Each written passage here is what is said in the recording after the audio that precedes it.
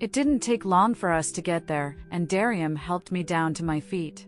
We both walked to a big rock, taking our seats as we glanced at the lake. I have forgotten how insanely beautiful this place is. I said it quietly. Yes, Darium answered, staring at the waterfall. How about we go for a swim? I stared at him with wide eyes. What if someone walks in, and besides, we are in our riding clothes? It's private property, Letitia, no one can come in here without my permission, and about our clothes, we can always take them off. He wiggled his brows in a manner that had me laughing. Darium gets up to his feet, takes off his shorts before stretching out a hand for me to help me up, and we begin taking off our clothes. When we were done, he picked me up and carried me towards the water before throwing me in it. His hand wrapped around my waist, and my hand was on his neck. We both enjoyed the cool feeling of the water against our skin. You never got to tell me the reason why my father had sought your presence the other day. I know this wasn't the right time to ask, since we were both naked and the feel of his skin against mine made it hard for me to concentrate. But I can't deny the fact that I had been so curious to know. We haven't had the time to talk about it, mostly because of my birthday celebration, but also because Darium was trying to avoid speaking about it. It's nothing. This was what I meant. It definitely wasn't nothing. If it was, they wouldn't have talked for a long time.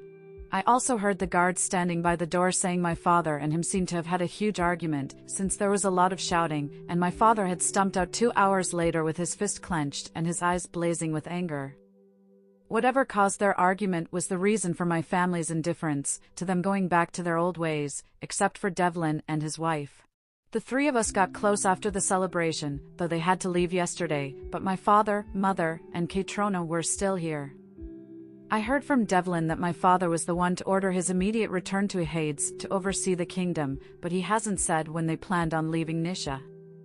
I know I told Katrona to leave right after the ball, but since she hasn't really caused any problems and wasn't getting in my way, that was fine. The feeling of a hand on my bare shoulder causes me to snap out of my thoughts. My head raised to look at Darium, and our eyes met in a trance. I leaned in when I saw him doing the same, closing whatever little gap was there between us. Our lips met, his capturing mine in a passionate kiss.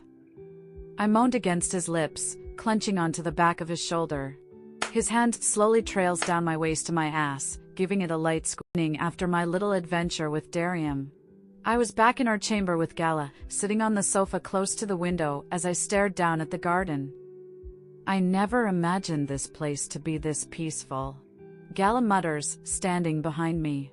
It's so different from Hades that I feel like we are in two different worlds. Hades would have been better if it had a better ruler instead of the likes of my father. My lady, Gala called out, shocked at my bashful words against my father. You are aware of the fact that I speak the truth. I turned my head to the side to get a sideways glance at her. Gala let out a defeated sigh, knowing I was right. That's why I plan on keeping you here with me. She gasped. You know Princess Katrona won't agree to it, I have been assigned to her. She agreed to you working for me till you get back to Hades, then I'm sure we can work something out, but there is no way I'm sending you back there. I don't know what to say, milady. Say nothing, Gal, as long as you wish to stay here beside me and you're happy about these arrangements, that's all that matters. Thank you, milady. She beamed happily, and I laughed. We both carried on watching the garden when a knock resonated around the room. Gala walks over to it, pushing it open. I was able to catch a glimpse of a man in a Hades uniform. He bends to Gala's height, whispering something to her before she closes the door. Gala walked back to me with both her hands clapping together behind her back. Milady, King Ventura has requested your presence at the West Wing. I was puzzled by her words and my father's request for my presence. This made me recall that the last time I was summoned by him, it had been to discuss the affairs of the kingdom and Darium's wish to marry Katrona. This made me think that whatever his reason is for summoning me, it has nothing to do with talking about the weather or something as little as how my day went. Getting up to my feet, I fixed my crown and dress, heading towards the door. Milady, I don't think it is a wise decision to go there without alerting your husband, King Sviatoslavic. She was worried. We have no idea why he wants to see you. I don't trust him, Gal, I answered, walking down the hall to the west wing. But if I need to listen to whatever words he has to say to get him to let you stay here, then I'm taking it. We got to the door of his chamber, and Gala raised her fist to the door, knocking on it. My father's rough voice boomed from the other side of the door, ushering us in. Gala and I walked in, closing the door behind us. My steps halt when I see my mother and Katrona also present. Okay, this might be more serious than I thought it was going to be, for them to be present. I kept my face passive, taking a step into the room to stand in front of them. You asked for my presence, why? I asked, keeping my voice bold and stern. Your father has something to tell you. It has to do with the well-being of our family. My mother was the one who spoke up. I scanned their faces, wishing I could read their minds to know what they were up to. I also have something I wish to discuss with you all. Good, why don't you go first? My mother responded. I want Gala to be given to me. I stated it without wasting any time. Katrona scoffed, rolling her eyes. Why am I not surprised about that? I refused to indulge in any silly banter with her, so I carried on speaking. She was my personal maid before I got married, and I wish for her to remain here beside me. Then I guess you have no problem following our teams. My father spoke for the first time. You can get your handmaid back, and I honestly do not care what the both of you do as long as you comply with my request. And what exactly would that be? I was feeling cynical about this, but if it meant having Gala here, then I had no problem. Annul your marriage with King Sviatoslavic. W.H. I stuttered out, caught off guard. You have got to be joking, right, father?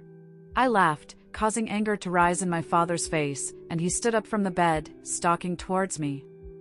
You don't need to be stubborn, Letitia. He calmly said it, but I knew he was holding back from lashing out at me. You can have the maid you want. Katrona already told me how close the two of you are, and how you take her as a sister, so this shouldn't be hard.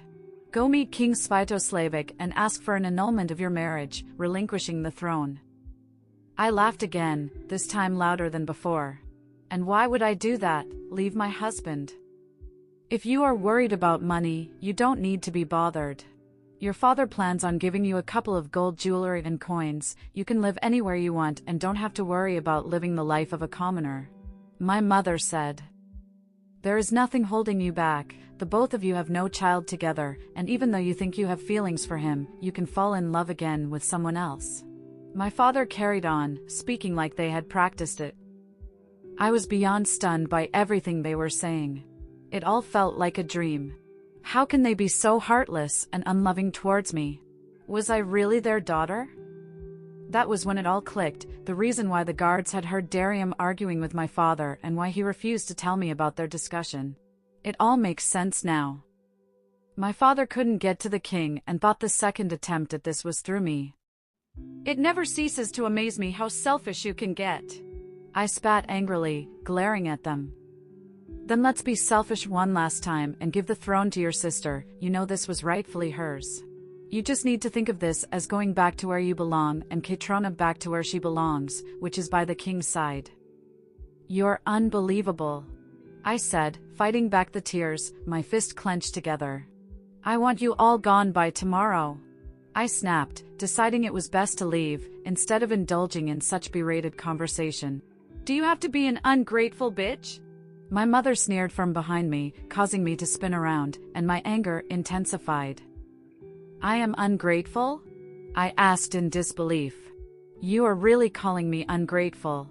I stalked towards her with each word, causing her to take a step back. What the hell have you done for me to be grateful for? What have you done? I wasn't able to finish my sentence as my vision blurred and I found myself hitting the floor, blacking out. Darulum's POV. A knock resonated from the other side of the door before it twisted open and a figure walked in, closing the door behind them. I raised my head expecting to see Nico, but was shocked when I saw Letitia's sister, Princess Katrona, standing there. She had a smirk on her face as she made her way towards me before stopping in front of my desk. What can I do for you? I asked rudely and watched as she gulped nervously before trying to put on a bold face. I was bored and decided to check up on you. I raised an eyebrow, staring blankly at her. I'm sure you are also tired from staying locked in here, working. I'm here if you need me to relieve your stress. If you need anything at all, I'm here for you, King Sviatoslavik. I don't need a thing from you, so you can find something else to amuse you, or take a walk outside the palace if you find it too stuffy for you here. She flinched from the glare on my face. But that will be all. Princess Katrona. As you can see, I'm a busy man and don't have time to be your source of entertainment. I dismissed her, going back to what I was doing. It seemed that she hadn't fully digested my words because she was still hovering around the room. I could feel her eyes on me. After some time, I heard her huffing and walking over to the door. Princess Katrona. I called out to her, and she turned with a hopeful smile on her face. It will be wise not to repeat such a mistake again. There is nothing you could offer me. You aren't even half of who Letitia is, so don't try to think you could take her place. I hope you let your father know that my answer still remains the same. I won't be letting my wife go. You know your way out. I said this to her, and she walked out, slamming the door.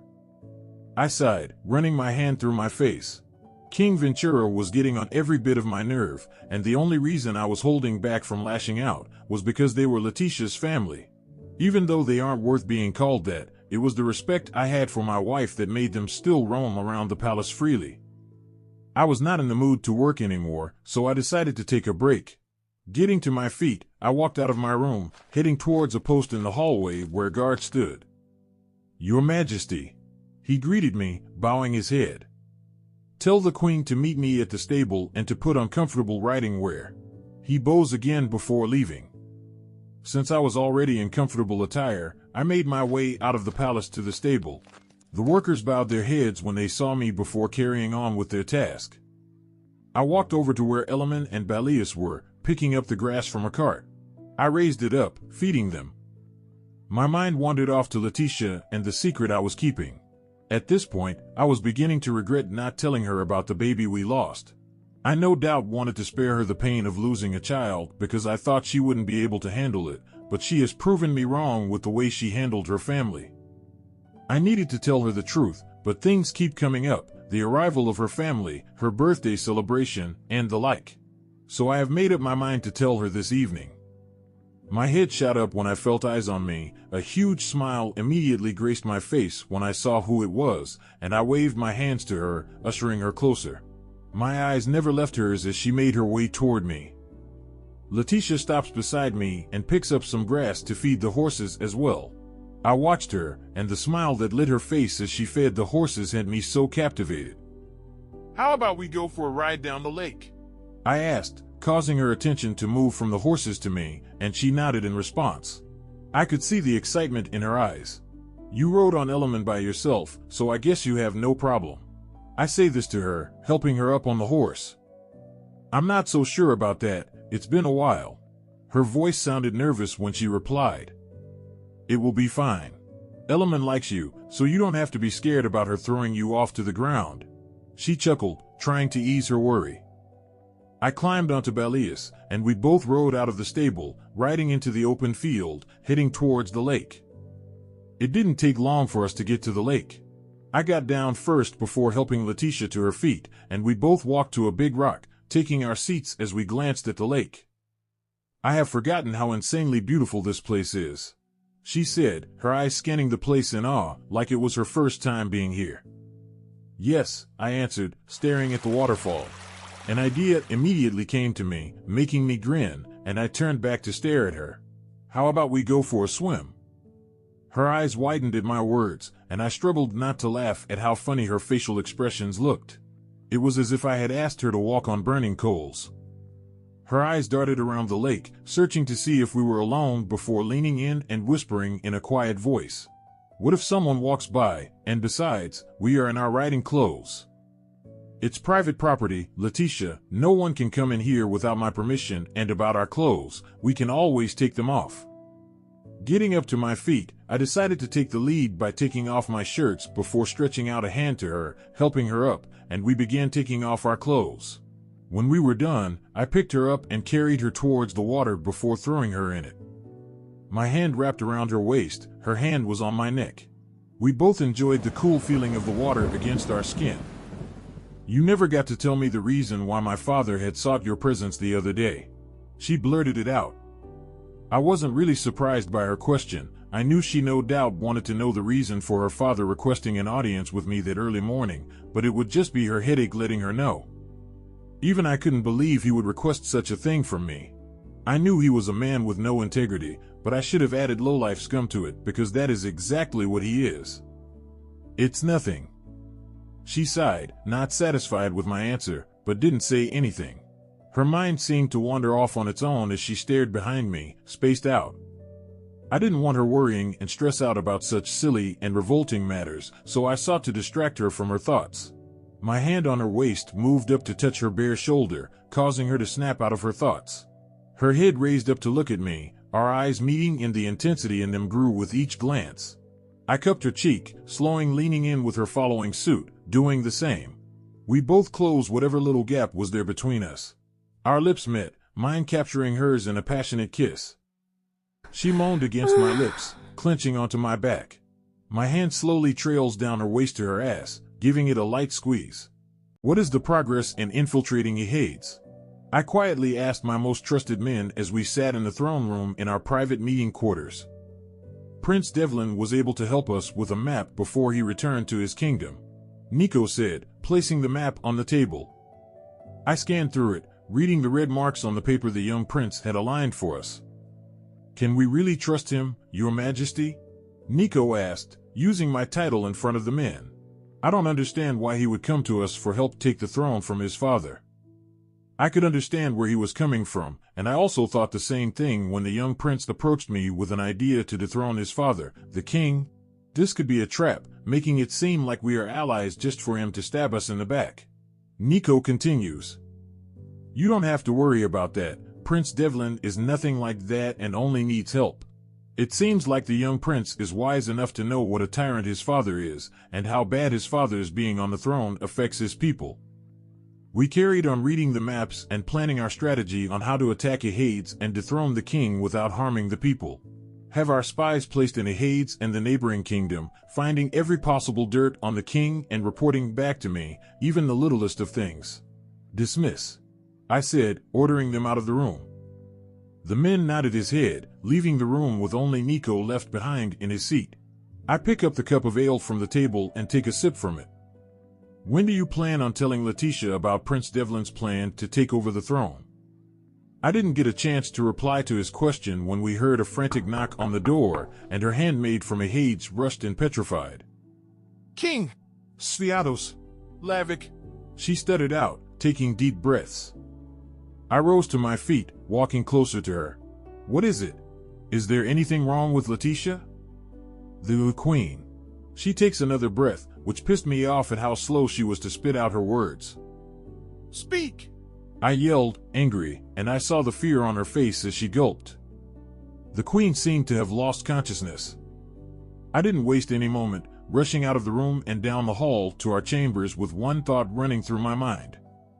Letitia's safety. Daryl's POV. I got to our chambers in no time, barging into the room.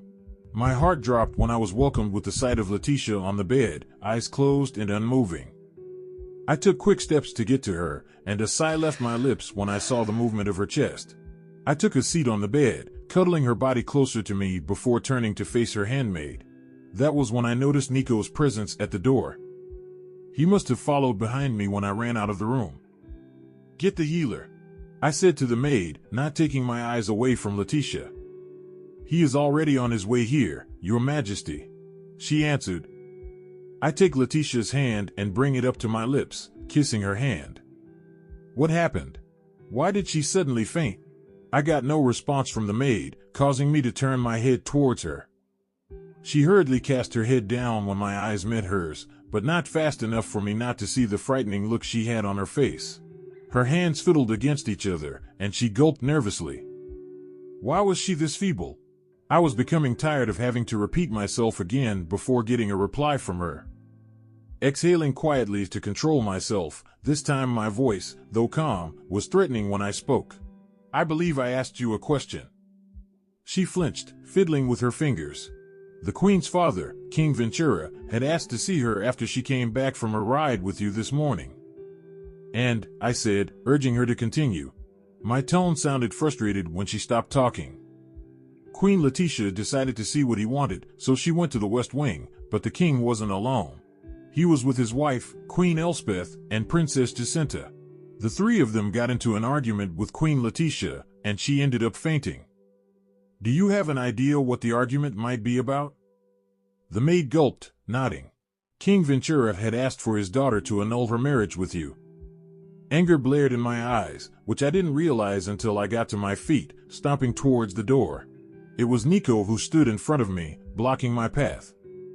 Move, I said, my voice sounded deadly. I was beyond pissed. I shouldn't have been lenient with them. How dare he come into my kingdom and try to dictate what we should and shouldn't do? That fucking scumbag. Move.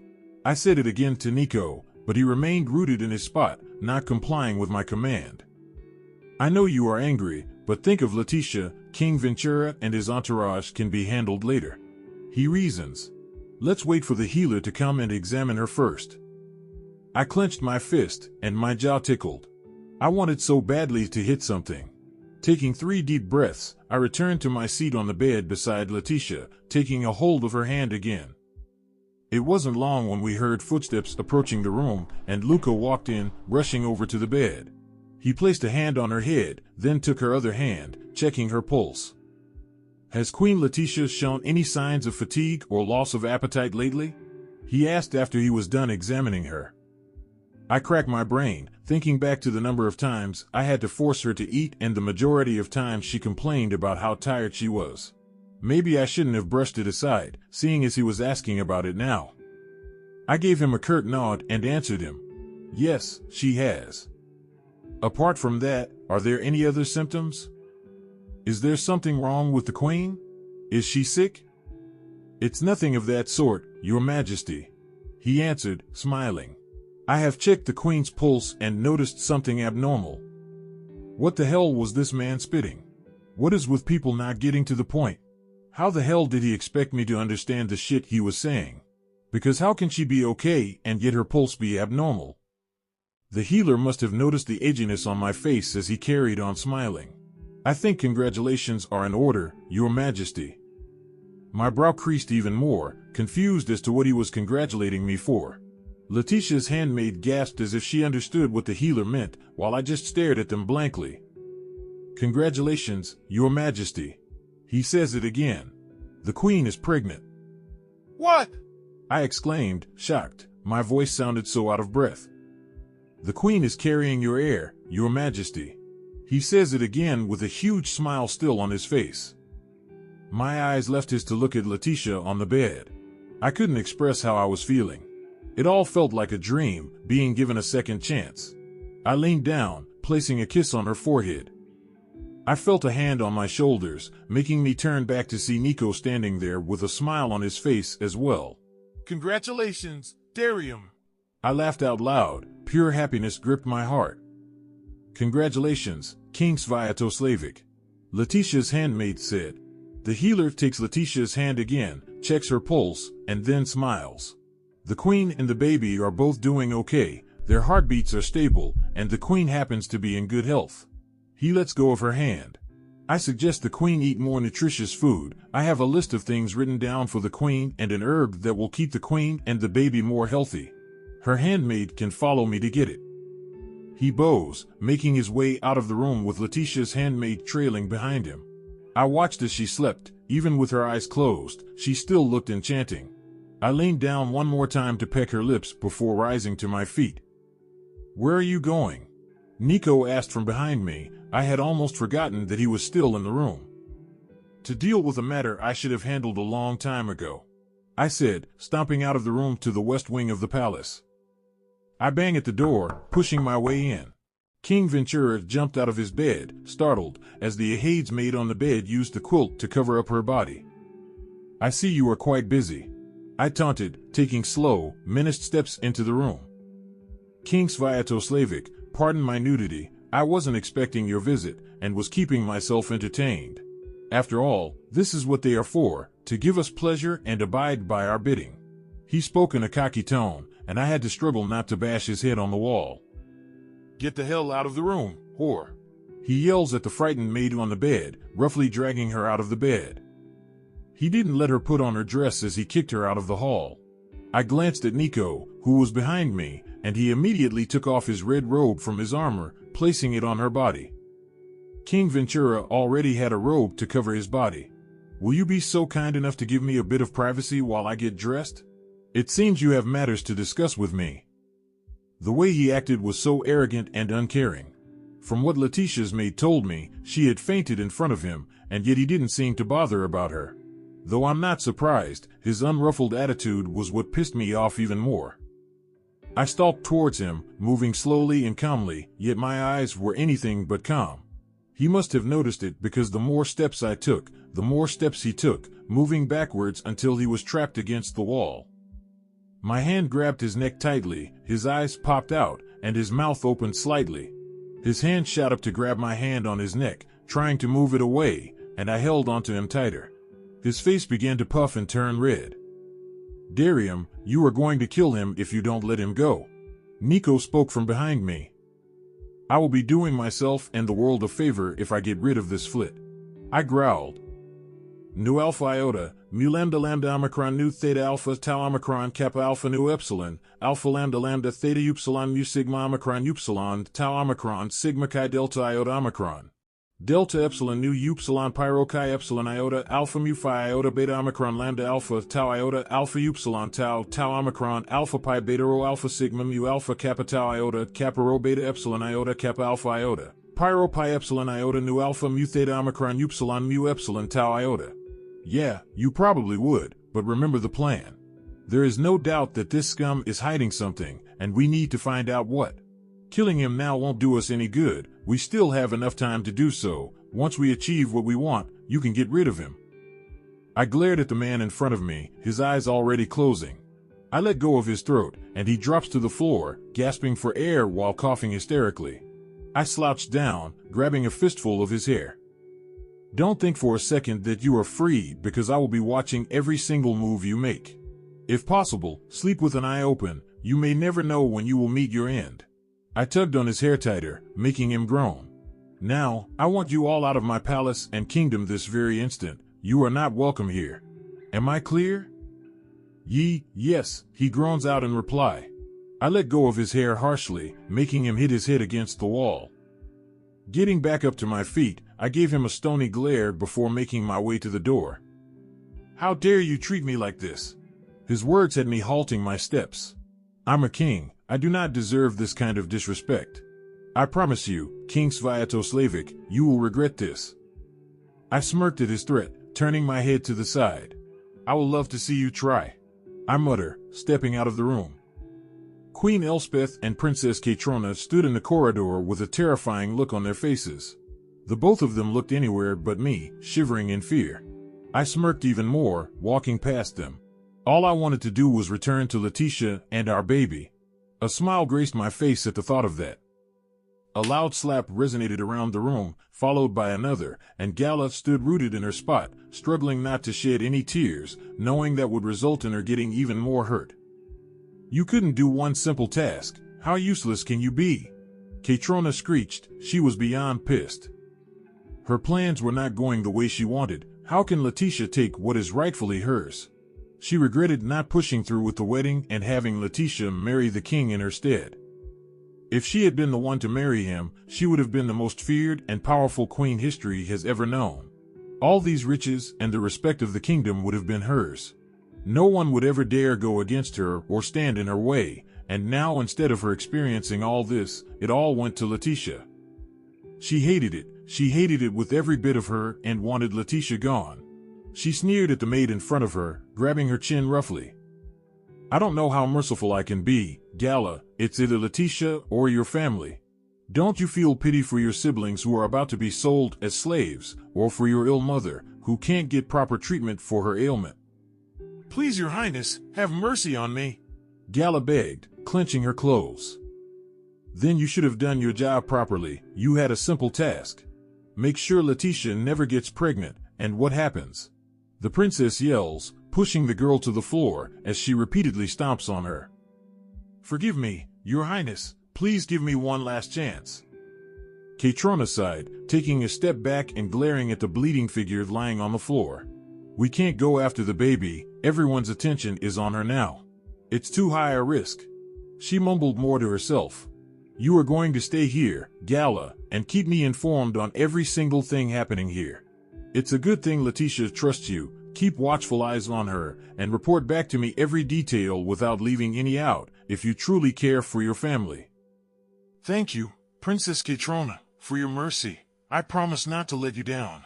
Gala cries out.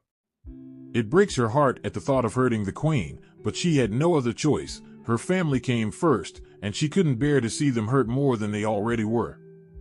Her brothers were too young to be sold as slaves. The eldest amongst them was only 8 years old, and her mother's body was already too weak after being beaten and constantly raped by the noblemen.